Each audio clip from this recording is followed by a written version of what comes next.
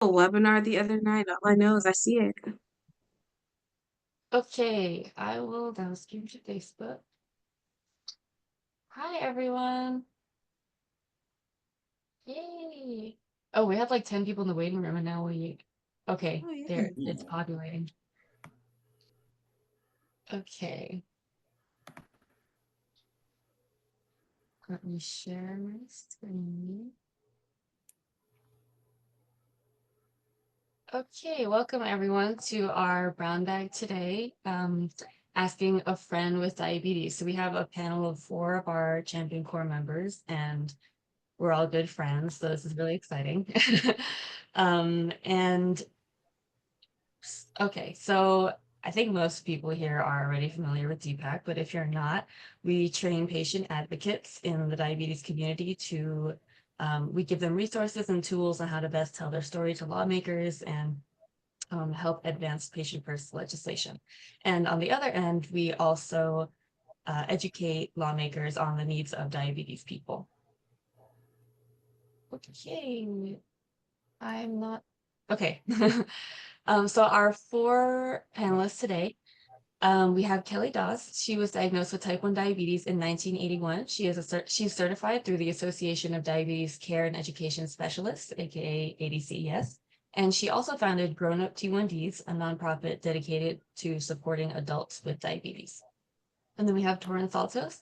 He is a health insurance agent and passionate diabetes advocate living with type 2 diabetes and based in Orlando, Florida. In his local community, he's an avid cyclist and a champion for active transportation and safer streets. And Shay Webb is a patient advocate and scientist focused on type 1 diabetes and health equity. She's also currently a Doctor of Health Science candidate at Campbell University in Buies Creek, North Carolina. She was diagnosed with type 1 at age 8. And last but not least, we have Emma Adkins. Emma has lived with type 1 diabetes for almost 14 years. She's an IT project manager and is currently pursuing her master's in business administration. Yay! Hi, everyone. Thank you for being on the call. Um, Let me actually, first, I have a poll for everyone who is here. Can you see this? Yes. Okay. I want everyone to answer with their relationship to diabetes. Partly out of curiosity for me and partly to help guide this conversation today. Oh, wow. Okay. We have a good mix so far. It seems like, honestly, okay, a lot of people have type 1 diabetes. I think 3 people so far have type 2 diabetes. And then 6 people have a family member, partner, or close friend with diabetes. And then since we can select several options, a lot of people are also interested in learning more about others' lived experience with diabetes. Okay. Okay, yeah, we'll just go into our first question while people are still filling out this poll. So we're going to be asking questions that we've also asked a little bit on social media so far. So I forgot who answered this question on social media, but the question is, what do you do when you're at work? Oh, it's Shay. What do you do when you're at work or school and you can't focus because your blood glucose is high? Do you usually tell someone? Do you utilize accommodations? Or maybe is there a threshold after which you will take action? Maybe not a specific number, but like a symptom or something?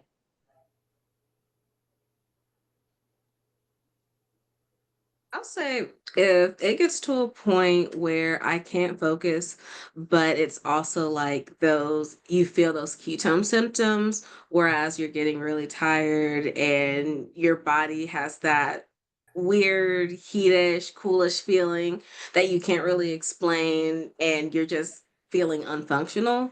I think that's like when you kind of want to sign off compared to like when you first start to feel that like high blood sugar or low blood sugar and you can't focus. That's when I more so would alert my boss or my professor, like, hey, this is what's going on in case you notice something takes a little longer today than it usually does, or I can't get an assignment in at the proposed time we originally said. This is what's going on. I'm not just slacking off. Great. I can add to that if that's okay, Amanda. I agree with everything Shay said. Definitely there's days where your blood sugar is a little high or a little low, and maybe you're not fully functioning, but you're doing okay and can get through the day. But I would agree when my blood sugar is high enough where I'm having trouble focusing on my work, I think it's really important that just to communicate with those around you, whether that's, hey, I'm not feeling well, or hey, my diabetes, there's something going on and I need to share what's going on with me so that you can be informed about kind of what will be happening going forward over the few hours or the next day or two.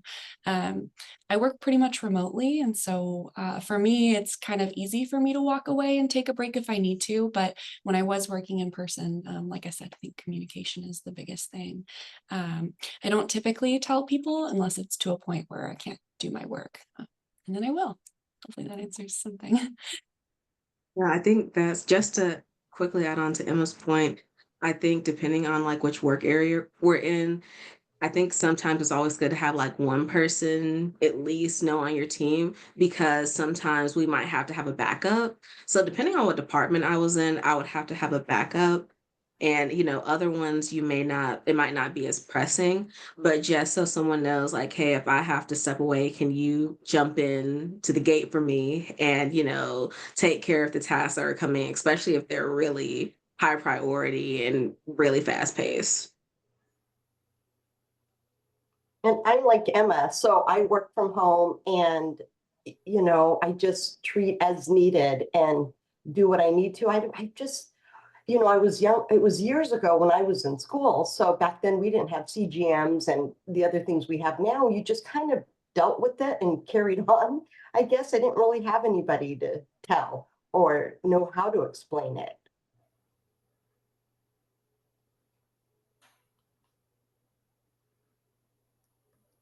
Yeah, Turin, did you want to add to that? What's that? Oh, sorry, I was asking Torin if you wanted to add. Oh, Oh yeah. So I work in an office environment, and we work by ourselves at our desks, but we are a team. And when I'm feeling off, I let my coworker know. But he's known me for so long, and he knows my diet so well. He could kind of tell if I'm gonna have a good or bad day. So he usually lets me know, like, hey, do you need to take a walk? And for me, I have a problem spiking more than I do dipping.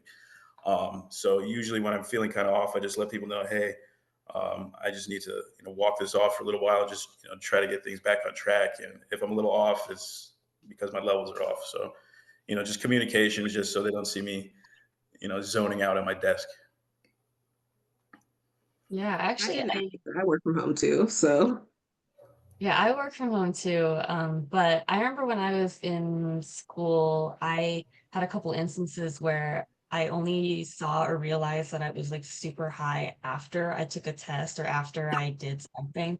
And there were actually like a couple instances when I freaked out and I was like, oh my God. And then I went to my professor and then I was like, I had to be like, hey, actually, I was high. Can I like retake that or something? And it felt super, super awkward to do that. And like, really, like, I felt like I was cheating by doing that. And I felt like really guilty at the time. But they always were very gracious and like, we're like, yeah, sure. Because, it's not, they don't want to deal with, who are they to say like, no, so it worked out fine. But that's just to say, I think people are sometimes nicer than you might think. For the next question, I actually have another poll. Um, this is, what do you hate the feeling of more? Lows, highs, or I hate them both equally slash it depends. Okay, right off the bat, we had 3 out of 3 for lows, but now it's half lows and half equally. No one hates highs. I personally really hate highs. yeah, me too. I agree. Highs, Yeah. I'd rather deal with a low than a high blood Yeah, sugar. because I feel like, at least for me, my perception of it is like a low just tends to last shorter in my body than a high. And so I have more tolerance for it, I suppose. Yeah, Okay. for me, high blood sugars make me feel sickly for quite a Yeah. while. Whereas the lows, especially now that we have continuous glucose monitors, you kind of get a heads up, or even if it's a severe low, you can treat it. And like you said, Amanda, it's temporary. Where, Yeah. oh my gosh, high blood sugar just wiped me out. Yeah. It's also actually kind of related to the past question. I feel like this is like definitely not the best way to look at it, but sometimes when I'm low, I feel like I have more of an excuse to like just sit out and not do something. But when I'm high, I kind of put pressure on myself to like still function and behave normally. So maybe that's something that I should work on, but that's just part of the reason why I personally hate highs a lot. I definitely So understand that, Amanda. I was gonna say, yeah, I think that's very similar for me. I yeah, because think when you're that's like, relatable, Amanda, because it's kind of opposite because it depends on what time of the day it is. So if I'm going exercising, I want to be higher. And if yeah, I'm lower, I'm really frustrated because I'm like, yeah, okay, I yeah, know yeah, I'm gonna dip. But yeah. other than that, I mean, I feel like highs come with so many other things. Like you have to worry about getting ketones. You have to worry about like throwing up and, all these other symptoms that come with it rather than low. It's just like, I mean, it has its symptoms, but it's different. Yeah, this is like the everyday low versus the everyday high. Yeah. Highs are the Um, worst. They're the worst for me personally, just because I think somebody mentioned it before, but I feel super sick. I feel super feverish, super irritable, and with the low, it's pretty easy, to fix. For me, that's in the morning, and I'm usually just dragging. But then once I get some food in me, then everything turns out to be better. But the highs do take forever. They're super super frustrating. yeah, it's funny because we're all like we're agreeing with each other on the panel about highs, and yet in the poll everyone has voted low. Feel free to drop in the Q&A if you. Oh, someone said, how high are you considering high? 200, 300? I feel like it really depends on the person. Like, I feel like I know some people who for them high is like 150, and that's not me Yeah, personally, one but seventies, 170s. I start feeling it. I don't like it at all. oh, for me, high is higher than that. Wow. For me, I would Yeah. say this might sound bad, but like 300 and up, especially like once it hits that 400 mark, I just feel like I need to lay down. Yeah. Yeah, Yeah, that's I pretty guess it high. really does depend on your perception of high, because I view highs as like high highs. So, um, but yeah, okay. So segue to our next question. How would you describe to someone without diabetes? Because as we know, as the first poll showed, a lot of people on this call are just close family members, friends, partners with people with diabetes.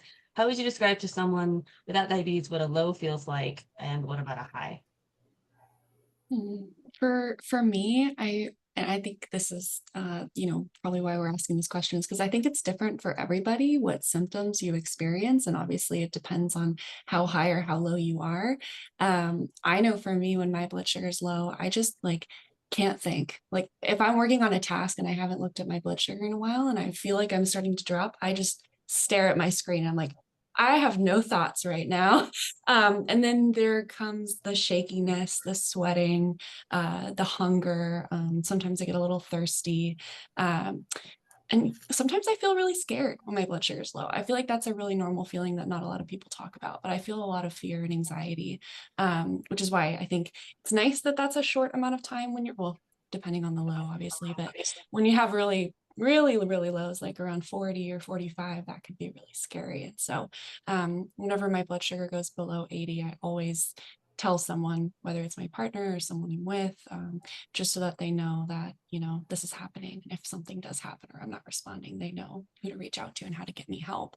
And then I'll wrap up and say just that for high blood sugar, I also get super irritable. I have trouble focusing. I get like kind of rude. Like, I don't know. I feel like I'm a lot more snippy. And so when I am at work, I try to like distance myself from other people and just tell people I'm like, hey, now's not a great time to collaborate on this. But once I'm feeling better, we can do that. But yeah, I'm curious if anyone else has similar or differing symptoms to me. I feel like with the low, there's a lot like anxiety sits in. Anxiety is a big thing. So, and also a little bit of, obviously confusion, but sometimes it hits me and I'm so wiped out. I'm exhausted. And then it takes me a minute to figure out why, and, what's going on. Um, yeah, the lows of now, the other thing too is after this long hypoglycemic unawareness. So these lows sometimes I'm at a 40 and I don't even realize I'm low. I'm still functioning, So I feel like what Emma said earlier, it's different. They differentiate. So some of my 40s they're not the same. There's 40s where I get full-fledged symptoms, and there's I'm in the 40s and I'm functioning brilliantly. It's crazy. Yeah. I know for me, when I get low, everything is moving in slow motion. So you could be telling me something, but I'm not really comprehending it at all. It's like, yeah, okay. And then at the same time, depending on what the time is, it feels like you can just take your refrigerator and like dump it all over you. Like you can eat anything in sight, whether it's good or bad, simply because your body needs to get your sugar back up. But it really can differ from person to person, but it's just like that weakness is a different level. So there's like, weak that you feel when you're tired or after you do a 5K, but when your blood sugar drops, it's just a different level of fatigue and weakness. It's like you just need to sit still and lay flat. I was wondering about Kelly, how she said she could still be functioning when she's like as low as 40. I mean, do you drink like coffee or energy drinks at all, or is it just you're so Um, used to it you can just power through? It's been so long for me. So I feel like I come from the dark ages. Way back when we had animal insulin, those lows hit hard and it was awful, really bad. I feel like the low blood sugars I had way back in childhood were much more severe and intense than they are now with the better quality insulins. And then of course now we have continuous glucose monitors, but they still hit. Some do. But I feel like my body probably adapted all those years when we really didn't have access to easy monitoring of our blood sugars. And so you kind of just adapted. So I do feel like, as a result, I have hypoglycemic unawareness. And so I'm so thankful that I have a continuous glucose monitor.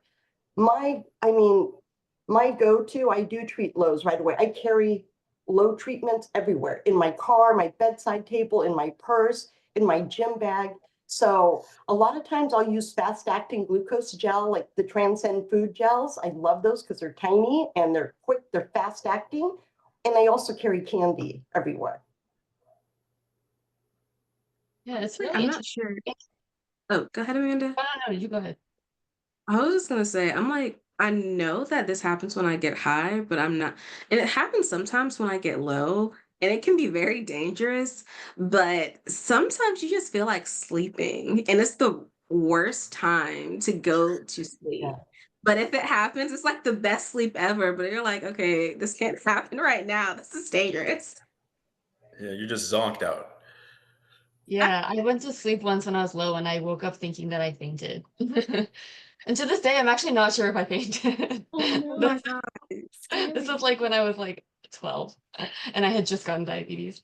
Oh, But Kelly, it was really interesting to hear that because I feel like it's a unique experience to have used the animal insulin and like I didn't know that the lows were much more pronounced with that. And it's also interesting that you still find that highs are more uncomfortable for you despite having some really severe lows.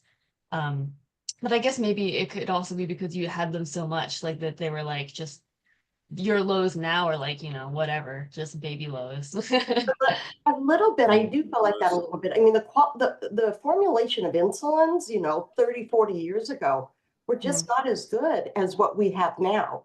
And so the peak and onset, pre-bolusing, all that, oh my gosh, out the door. It wasn't like that. You injected and it took a long time for that insulin to kick in. And back when we had animal insulin, it wasn't processed consistently. So the way it was processed, whether, it was taken from pigs, the processing, it was not consistent. So each batch was different. I'm sorry? Each batch was different. Like Yeah, each. yes. Crazy. We know that now. We didn't know it then. And Oh, some of the lows, I've had some of the most humiliating, embarrassing experiences young and, you know, whether it was at school or at work you know, or waking up in an ambulance. I mean, this would happen. You'd wake up in an ambulance and I've got all these people holding me down you know, whether they're injecting, back then we call it a sugar push, you know, like glucose. And some of us, and if you talk to people from way back, will say we become combative and, you Mhm. don't know what's going on. Your brain isn't functioning and they're asking you, what's your name? And you're thinking, who is this guy? This paramedic, and why don't I know my name? It was a crazy time. And then, in school as a kid, I think the highs, because back when I was diagnosed, we didn't even have blood sugar meters. And so there was no way to monitor, we peed on a stick that would gave a wide range. And that was when you're home once in a while. It wasn't really pushed like, test, monitor. And so I Mhm. remember at school as a kid being called out by a teacher in front of everybody because she said, you raise your hand and ask to go to the water fountain all the time. Well, little did I know how high my blood sugars were. I didn't know, and so, yeah, I was always dehydrated. I was always thirsty. And then those lows that would kick in, and, it was really a crazy time. Mhm. Kelly, I- someone was curious what the gels you said you use are. Oh, I Do you would mind sharing the name of those or what they have them are? in my room. I can grab them. They're called Transcend Food Gels. What I love about this is, first of all, this company was started by a type 1 diabetic. And they have flavored gels. They're in little tiny squeeze pouch packets that fit in your pocket or wherever. And they're 15 grams of pre-measured fast-acting glucose. And so, even if, say, I was starting to go out of it, someone could easily administer that to me. The other thing is they just recently came out with 8-gram packets. So there's times, like say I'm at the gym and I'm hovering in the 70s and I want to finish my workout. That 8 grams may be all I need versus a full 15 grams of glucose. So yeah, it's my favorite. I have them everywhere. Yeah, Sure, actually, and no, go on. Amanda. No, go on.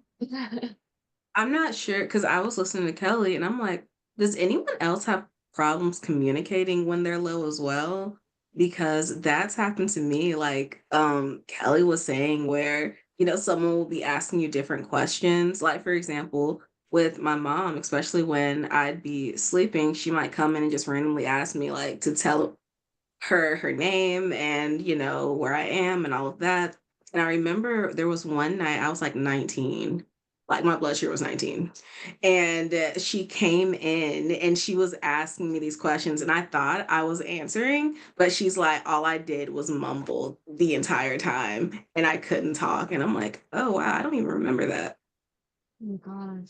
That's scary. Yeah, you know what? It's weird. I used to describe it to people. It's a bad comparison, but I'm like, it's like being really drunk and you don't remember and you have all these regrets. What did I say? What did I Yeah. do? I found out I'm trying to fight the firemen, and I'm in a skirt and I'm kicking, it's just like Yeah. crazy things. And you're like, oh, it's like a bad, really drunk episode or something. Yeah. I think Erin actually said that in the Q&A too, that she said a low is like I'm really drunk and a high is like I'm really hungover. That's Yeah. pretty true. But yeah, low, I feel like this is not as often talked about, but we did mention it on the call, is that it's such a similar feeling to having a panic attack. It's like your entire like nervous system just goes into overdrive and you're like, you can't think straight and your heart's beating fast and you're sweating. And it makes the feeling of like, just like, I guess like maybe having physical anxiety, like so familiar for people with diabetes, that sometimes I get my lows and like my moments of anxiety mixed up. And like I think I'm low and I'm just feeling anxious. But on the note actually of the glucose gels, which low snack seems to work for everyone but you or vice versa? I would say orange juice for me. I've tried and I'm sitting there going, when are you going to work? When are you going to work? I'm waiting. Orange juice just doesn't do it for me. It just specifically orange juice, like other juices work, or is it juice in general? I don't know if I haven't. So again, from way back when, we didn't used to. I see the younger generation. It's all about juice boxes. I carry juice. I didn't. Wasn't trained that way. So I've never been a juice person.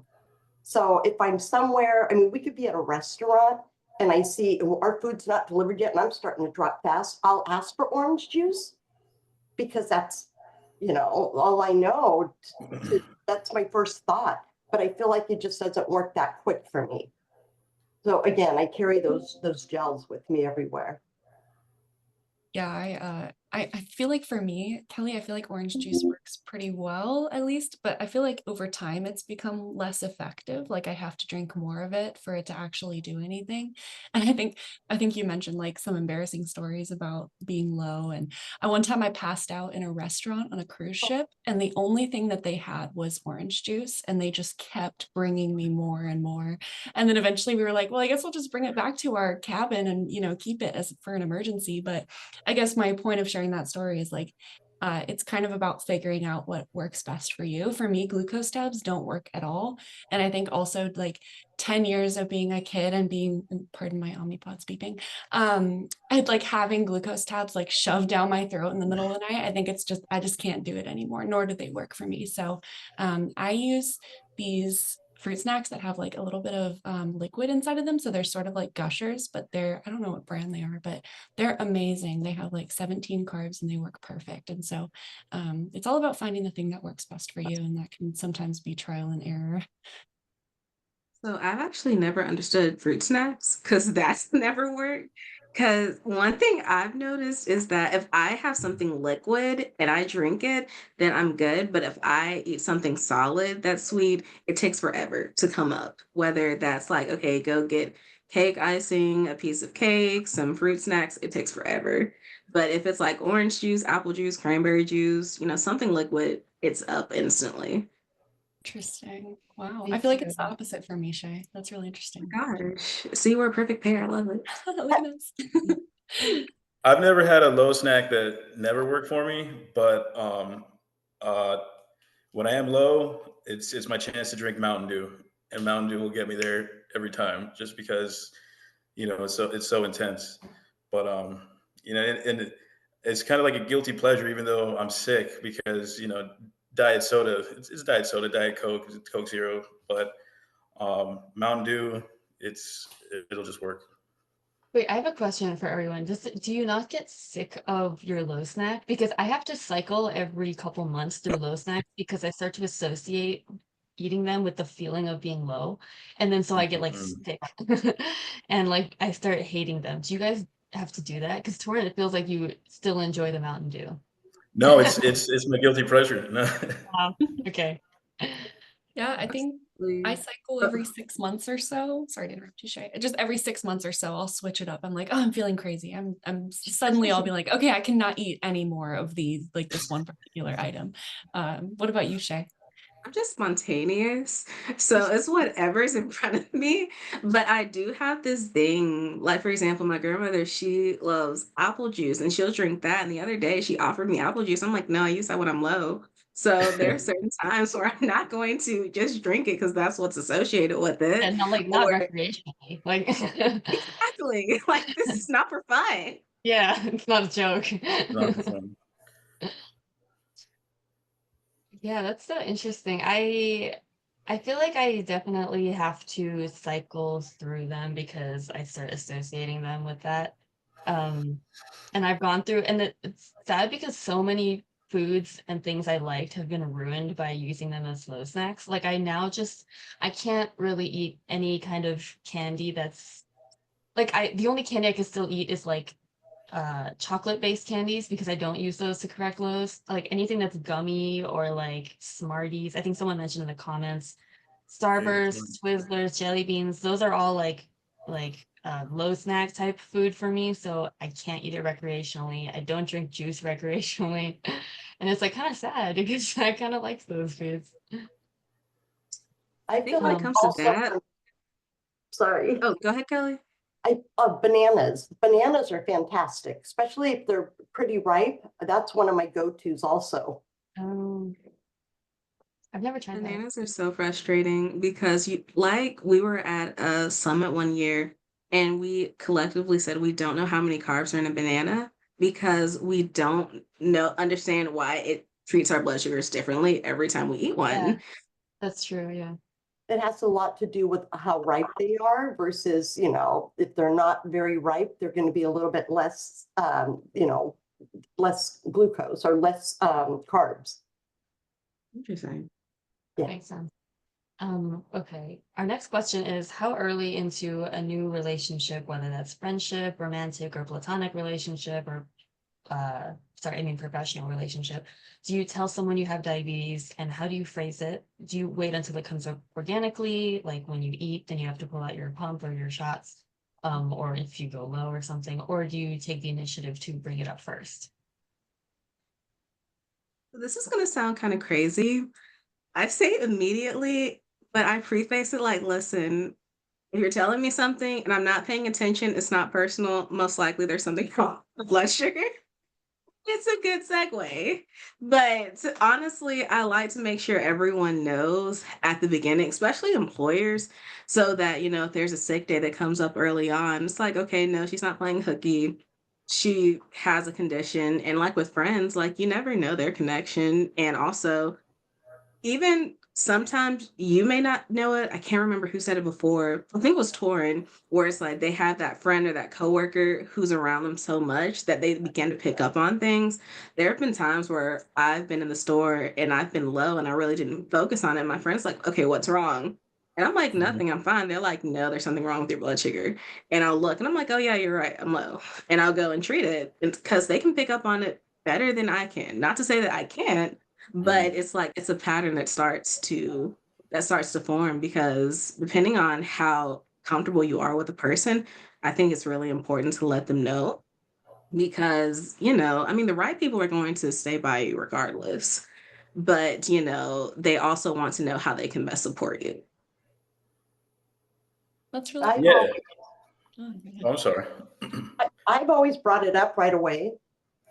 Um, I don't know, I'm comfortable with it. So I've always just been very straightforward. I've been in a relationship for almost 15 years now, so it's been quite a while. But back when I dated, I feel like, or whether it's new friends or someone at the gym, whatever, there's always something in a conversation, unrelated conversation, that somehow ties to, say, oh no, because I have diabetes, I live with diabetes, so I don't really eat that. Or it just somehow it always easily comes up to me.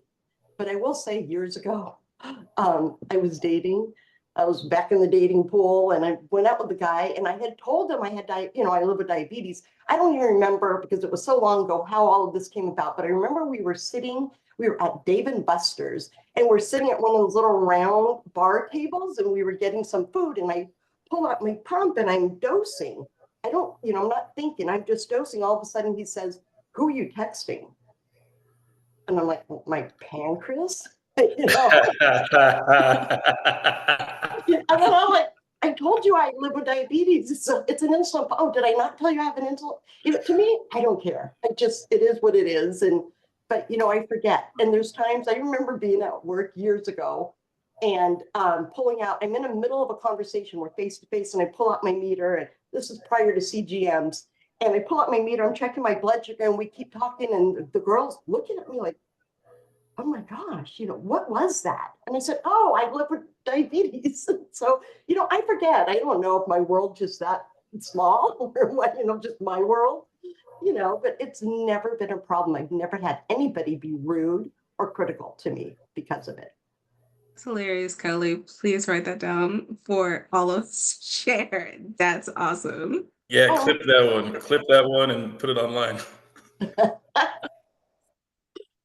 Yeah, I one time went on, that reminds me, I one time went on a date with someone, and I'm the type to, I usually let it come up organically, but I don't wait too long. But like, so I didn't, like on the date, maybe I guess like near the end of it, he found out I had diabetes, and he said something that was like, almost upset that I like didn't tell him earlier, like it should have been a disclaimer or something. And I thought that was really weird. And to this day, I still think that's really weird because he was like half joking, but he was like it's like you should have told me that before. Like as if like he wouldn't have gone on the date if he knew that I had diabetes, which is what he was kind of implying. And like I was like, wow, like I really didn't know there were people like that out there.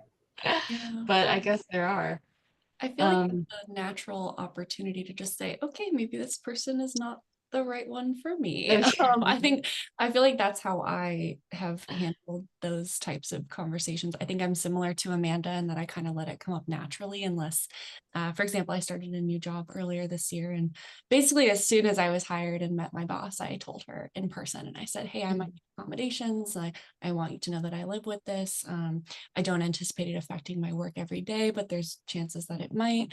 And I think with friends and in romantic relationships too, I've done the same where I've just let it come up naturally. And usually people see me, pulling out. And now that my Omnipod's on my phone, I don't feel like I get as many questions as I used to. But when it was like a separate device and I had 2 cell phones, people would come up to me and be like, is that your pager? Is that your work phone? always Is the that your pager. MP3 Pager. player? I'm like, Oh my no, God. it's not 2000. Yes. But it's funny, the partner I'm dating now, actually, they thought that my insulin pump was, I think it was an MP3 player. And I was like, that's Yeah. the first I've ever gotten that one. I got that one too. And so I try to make it light and fun, but I also see some questions like in the Q&A about stigma. And I think that's unfortunately a big part of living with diabetes is there's a lot of stigma about it because I don't remember the statistic, maybe someone can help us, but I think it's like 10% of people with diabetes live with type 1 versus 90% are with type 2. And so in our society, it's pretty normalized to kind of, and maybe Torin, if you want to share a little bit more about your perspective on this, I'd be really interested to hear about it. But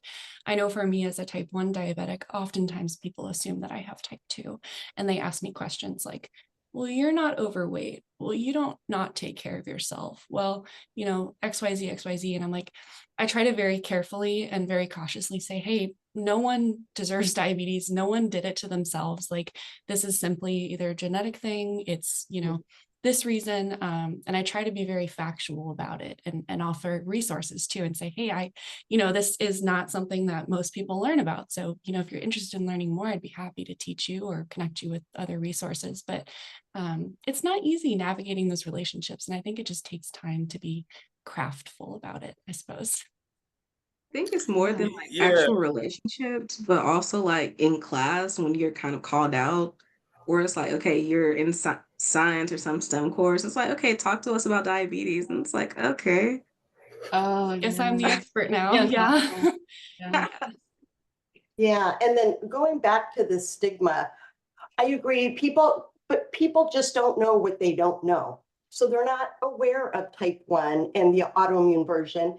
And there has been this long history of stigma attached to type 2 as though there's a laziness, they did it to themselves, they lacked, personal responsibility of caring for themselves, which is not the case. And so when people ask questions or make comments, it opens the door. It's a perfect opportunity for us to educate.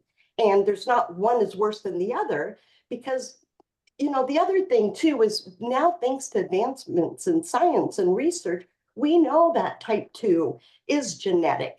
We know that it can be gestational diabetes induced. It can be steroid induced for, like, let's say a child was asthmatic and was on steroid for years.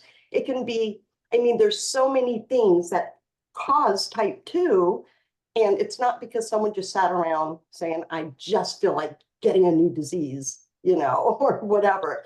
And so as type 1s, I've always felt like it was a big responsibility on my part when people ask questions to kind of, educate and not say one versus the other. Type 1's worse. Type 1's the bad one. No, type 2's, and the thing with type 2's also is that they're not straight across the board the same. Neither are we type 1s, but so there's so many versions of that. So anyway, I'm sorry, I get real passionate about the stigma part and the type 1, the type 2. And so I don't know, as a type 2, do you want to kind of discuss your experience? Well, I don't want to segue too much, but as a type 2, it's something that kind of happens over time. And I have, there was warning signs, everybody has, the pre-diabetes, warning signs, which, you can kind of, take as you will. But since, with being in a new relationship, I try to kind of keep myself private, but like it does come up. So but among my coworkers and my friends group, I'm like the poster boy for diabetes. So whenever somebody comes across a situation or a client that needs help, I'm usually the go-to. But being diagnosed in 2020, I've had 5 people that I've known in my life personally through either colleagues, coworkers, friends, just people I know that have actually become pre-diabetic or become full-blown diabetic themselves. So this is going to happen a lot more in the future. So just I think people being aware and people just knowing. I mean, the more we talk about it, the more people will not get sick. But it's not like you can prevent everything. But there are warning signs that could prolong it.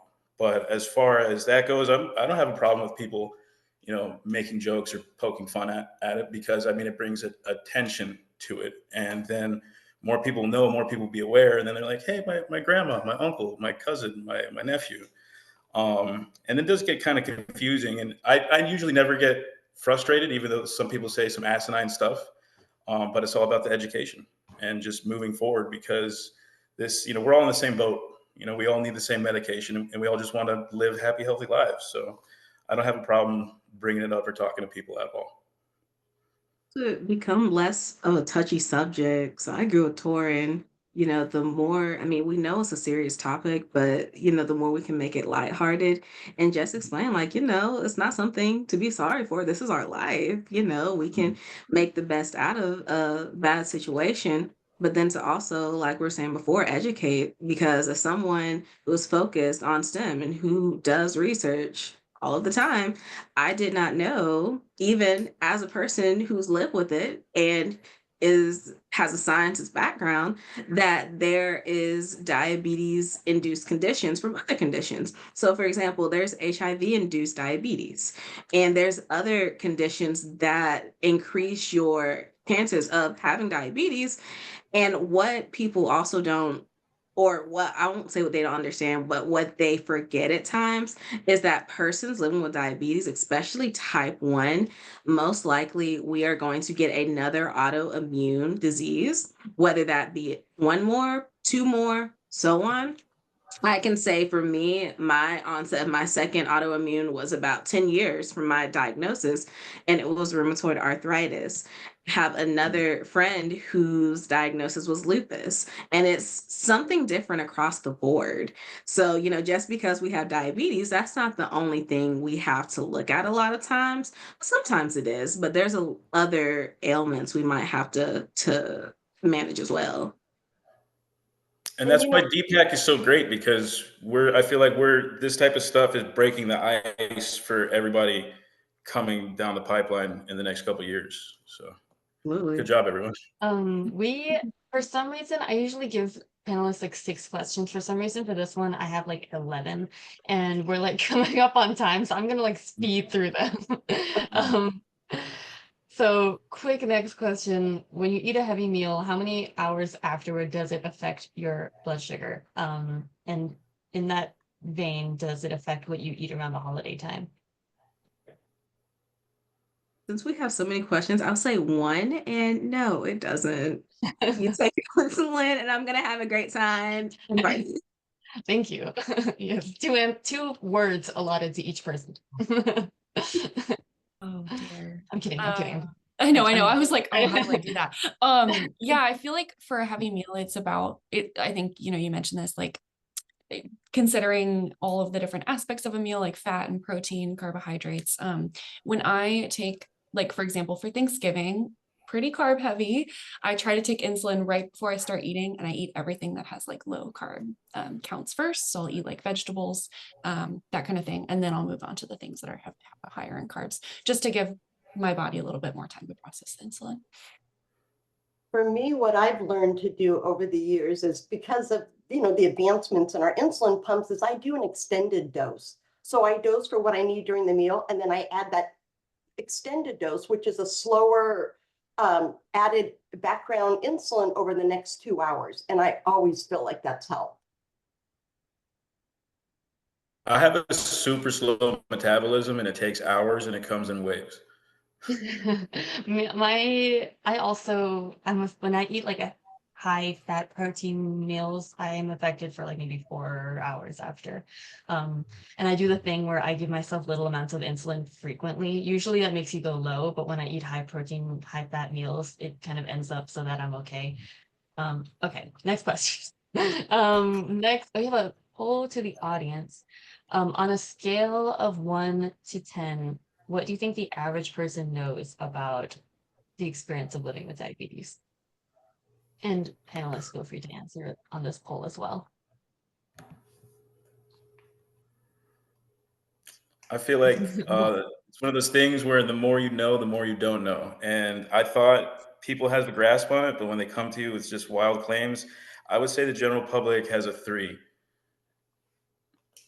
I don't want to be Well, you harsh, said that but was I would fine. say lower, honestly. I feel like it's like a 2. Maybe I'm just in the wrong circles. I don't know. I feel like if you know someone that has diabetes, that number is a lot higher. But if you haven't really known That's our someone- next question. Okay, cool. Then I won't get too deep in Save it, that. yeah. I was being too Um, optimistic because I was going to say 5, but never mind. Someone has said 5 in the poll, so maybe it just means you're Hmm. around a lot of well-educated people. Okay, I will show the results that we have currently. It's currently at a 3 majority. And then our next poll is on a scale of 1 to 10. How much do you think your family members or closest friends know about the experience of living with diabetes? Or if you are a family member or close friend, how much do you feel like you know about diabetes? Are you Are you raising? saying 5? Oh, just saying 5. Oh, okay. I would say like a Yes, 7. immediately someone said 7, and then we have someone with 1. I would say a 6 simply because I had so many family members with diabetes. So I can't remember if I said this before, but like with my great granddad, him and his 12 brothers and sisters all had diabetes. Then my Oh, wow. granddad and his brother had diabetes, skipped my mom, and it got to me. So it's something that runs in my family a lot, but there's so many different types that I think everybody knows different things. So I think that could be a big thing. Mhm. Yeah, we have a wide variety of answers here. Let me just, since we're short on time, I'll just end it and show the results. Yeah, it's like it's ranged from 1, 4, 5, 7, 8. It really also depends on how much you share with your loved ones too. Like, because I feel like I just choose to withhold some stuff for their sake, because I'm like, you don't, some of the stuff you don't really need to know. And I, whatever. But some of those stuff they just naturally get to know just from being around you. I think also Um, some might be outdated now. So like for those of us who were diagnosed when we were kids and had to learn like those insulin pumps yeah, compared to now, they're like, I have yeah, no idea what anymore. yeah, that's true. Like once I got a pump, my mom stopped knowing anything. Okay, so next question, how do you bolus when you drink alcohol? Does it depend on the type of drink and your most recent meal or anything else? For me, it depends on what I have a go-to cocktail and it's super low carb and I don't dose for it. That seems pretty Yeah. good. I stick with like the same type of stuff, or at least the same type of brand. And mostly I would try to stick with things that are white simply, because of how it makes you feel. But when it comes to alcohol, I don't dose initially. I just kind of wait to see, what's going to happen because sometimes it can drop super low, or sometimes it can have a higher sugar content and you can remain higher. So I really don't know which way it'll go. So that's just my time to watch it over time. I do the same thing, Shay. I feel like it's really hard to dose for alcohol, especially if Yeah. you're drinking something that has like a fruity mixer in it. If it ever has a mixer that has sugar, though, I will take insulin like 10 minutes in and just kind of monitor and go from there. And Oh, it really? also I feel like I depends- don't take. Oh, sorry. We all started talking at the same time. But I was going to say it also depends on the alcohol. So something like tequila and rum, there's more sugar in that alcohol than there is in vodka or gin. So if I drink a margarita, it's the mixer plus it's a tequila. I will dose. But if I do a vodka with club soda and a splash of juice, I don't need insulin. Oh, that's so interesting. I didn't know that. Oh yeah. Yeah. Good to know. I try to stick to the basics. Like, I don't drink a lot when I'm out, but if I do, I'll stick to Mick Ultra, White Claw, vodka sodas. But I do love whiskey. So if I'm at home, I'll drink whiskey and then I'll just keep track of my numbers. So uh, that's a good balance for me. Sticking to the low sugar, no carb, zero carb stuff works out pretty well. For me, I feel like the only time it really makes me drop is if I get drunk. And if I do that, then I actually bolus normally prior to that, but I eat after, like before I go to bed. And then I don't wake up super low usually. But sometimes I forget. Okay, next question. How much of your diabetes do you allow to be monitored by others, via Dexcom follow or just having people check in with you? I have a couple of friends. In fact, Amanda is on my Dexcom follow, so she can see my blood sugar and I can see hers, which is super fun. So I have like a couple of friends on there, and that's mostly just so we can like bother each other if we're like super low. Like if I see Amanda super low, I'll text her and be like, "Hey, girly pop, are you drinking something right now? I just wanted to make sure you're okay." And I feel like that's the extent of what I expect from others. And even if they don't reach out, it doesn't bother me. My partner has access to my blood sugar, and that informs them on like how I'm doing and how they might need to help me with things if that is the case. I think my mom recently fell off of my Dexcom follow because she updated her phone and it like doesn't work anymore. But I feel like it's just over time, like reevaluating what you want people to see versus not see is just kind of a personal choice. For me, I'm very comfortable with it, but I'm curious what you all would say.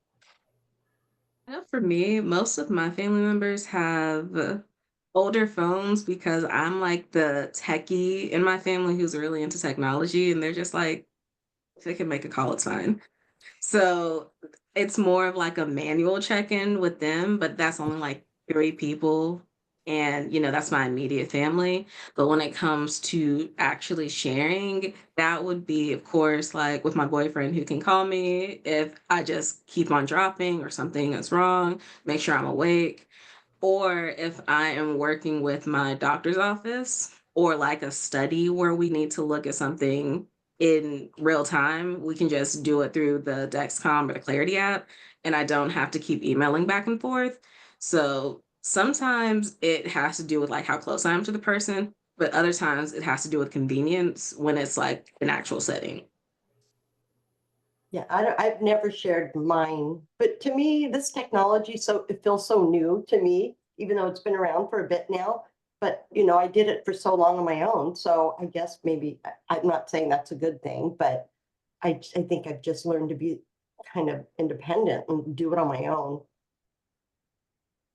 I'm still pretty old school. When everything happened to me, I just prick my finger and I just have check it 3 times a day. I haven't been approved for CGM yet, but me and my doctor, depending on my A1C, he thinks I'm still pretty good. So I'm not on the CGM train yet. So I still just have a notebook. If anybody wants to look at it, they can. Cool. Just a notebook full of numbers. I have one of those notebooks from when I was diagnosed. My parents used to keep track of Oh, every single thing that we did. It's cool to look at now for sure. I I would tried be the every dad. school year. I thought I could, and I'm like, no, I'm not gonna keep up.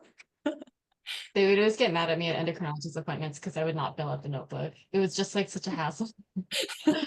Exactly. Also, I didn't get it because I'm like, what are you gonna do with that? Like, you don't know how, like, I was like, you don't know how much I'm eating or what I'm doing. What is the point of just having numbers and nothing else? Like, I just thought, but that was me being an angsty teenager. Like, um, someone in the comments said, I don't even like sharing my A1C. I don't like when people are too focused on numbers because it's hard to explain. I feel that. Um, our next question is, what about diabetes embarrasses you for no good reason? Erin from our team said when her low alarm goes off somewhere in public. For me, it's when I've have to like covertly eat gummies, and I feel like if anyone looks at me, I look like a child who's just like really into gummy bears, and I'm like shoveling gummies into my mouth, like without any context. It looks kind of insane.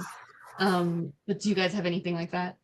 But the low alarms is definitely it. And when I was, especially in undergrad, I still carried juice boxes regularly. And there was one night I went to a midnight service, like for New Year's with my granddad at church. And like this lady had known me my entire life and she saw my juice box and I think she forgot I had diabetes. And she's like, "Oh, you're just so spoiled." No, just have diabetes. And she was like thinking of it like as still kind of like that kid mindset where it's like, no, it's like a lifesaver. But then also just like having things go off in the middle of the day, like Aaron was saying, because a lot of times people will think it's a fire alarm. And I don't understand how. And they will be so concerned. It's embarrassing. Yeah, I think for me, it's like, especially, I think someone mentioned like in a movie theater, that's when I am the most, I'm like, if my phone or my pod goes off right now, I'm gonna like run out of here so fast. But I've also, on the gummy bear topic, I've mastered like eating a whole thing of fruit snacks in one go. Like I've just, it's happening. We're doing it, right? And so Yeah. sometimes I'm at work and I'm just like, I rip it open and just like dump it, and people are like, are you Yeah. okay? And I'm like, I'm fine. I just got to get this done so we can keep going with our day. Oh, and it's the funniest when I do that too, because then it's like imagine that with no context. Like someone Right. like just in public and they're like and they just eat a whole gummy bear thing. Like that's super embarrassing to me. I've been in like at funerals where it's quiet and they're talking and my blood sugar starts dropping. I can see it. I want to catch it before the alarm starts. So I start eating or something, and I'm in a packed church. And so that can be a little bit odd. But you know what?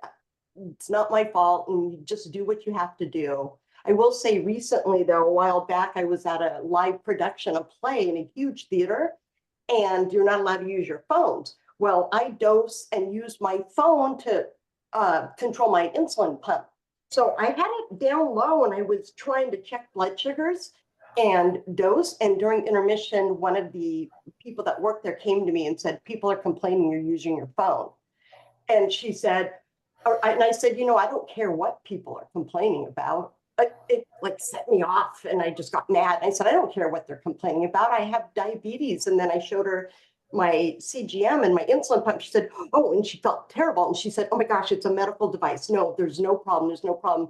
And I just want to tell her, let those people know they can come to me and I'll explain, probably not nicely, but I was a little ticked off. That was not embarrassed, mad. Real quick for me, I don't know if it's embarrassing, but it's frustrating. People throughout the day would offer me like snacks or some type of food, and I constantly have to say no, I can't have it. And then they're like, "What? You can just have one. You can just have a piece." And I'm like, "No, I can't." And then I don't want to be rude, and I want to eat like their brownies, but like now it's not the time for me to be doing that because you have a little bit of snack every day, then you start sliding, and then it'll just I got to up my vials every time I come home or my units. Yeah. Actually, on that note, I just thought of another one is when you're like on an airplane and you have to, or like at a restaurant or anything, and you have to ask for diet drinks.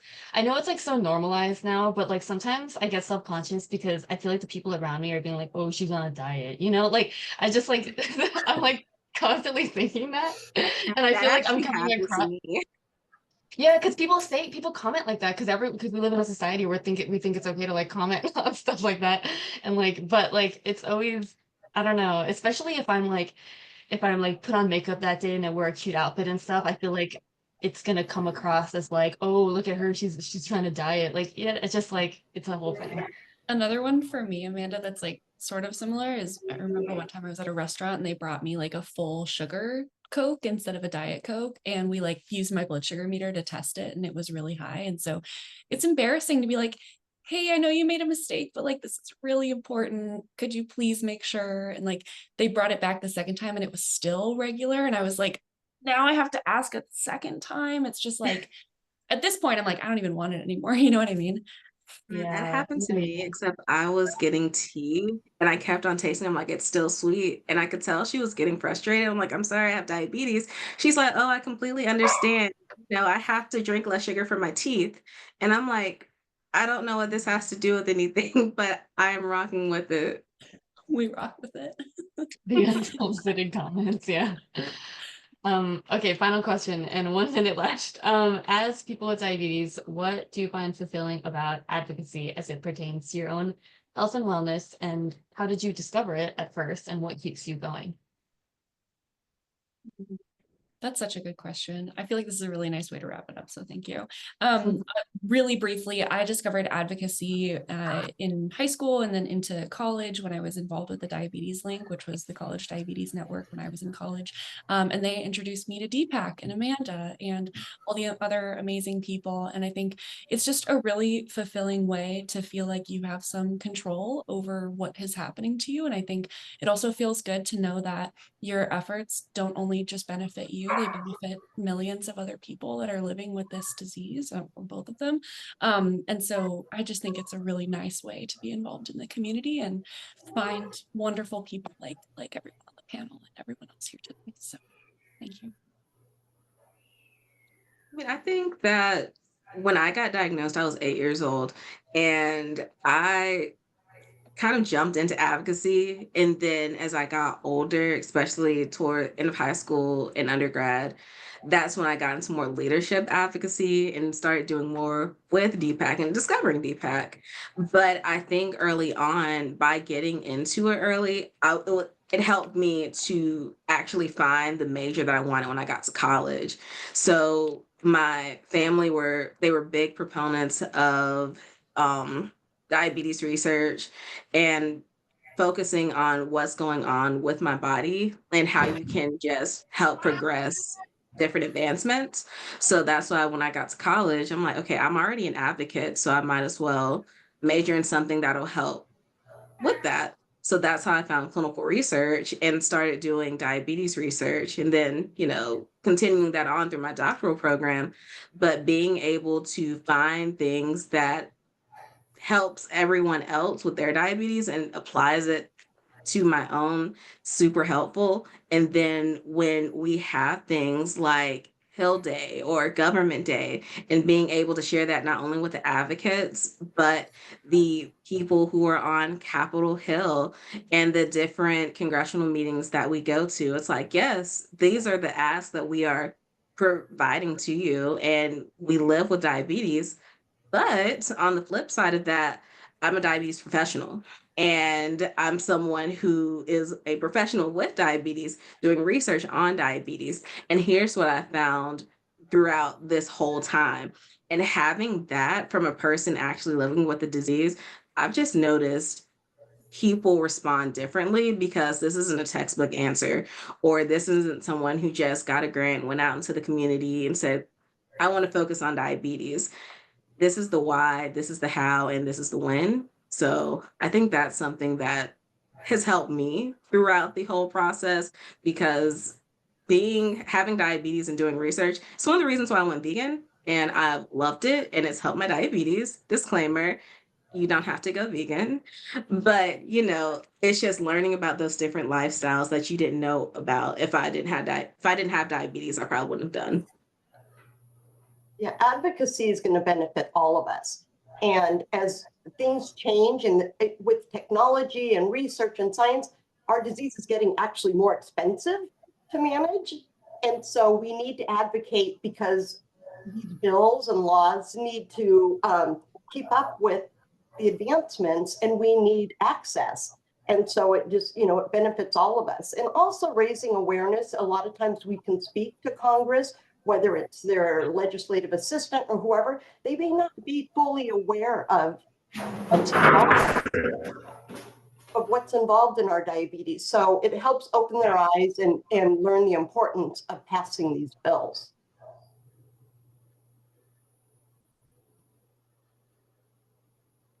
Sorry, Torrin, did you have any?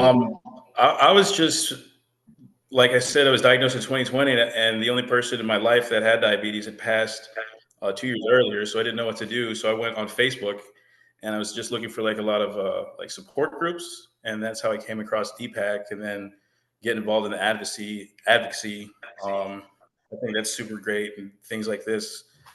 Um, like I just think it's the best, and I think you guys are awesome. I just think we should keep on doing it more and more to let people know. And it looks like everything's growing.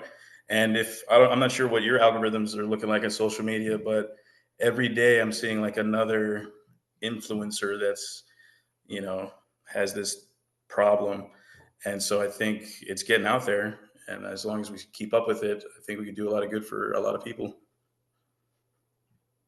Thank you. Yeah, we're a little bit over. Well, we're kind of a lot over, but it's fine. I think we we had a good conversation, and thank you all so much for your insights here, and for everyone in the Q&A too. I know we couldn't get to we kind of tried to get to all of the concepts you were talking about, but we couldn't get to everyone's question. I'm sorry. Please message us on social media or email us if you have anything else that you want to talk to us about. But thank you all for joining us today, and thank you to our panelists for hosting a great discussion.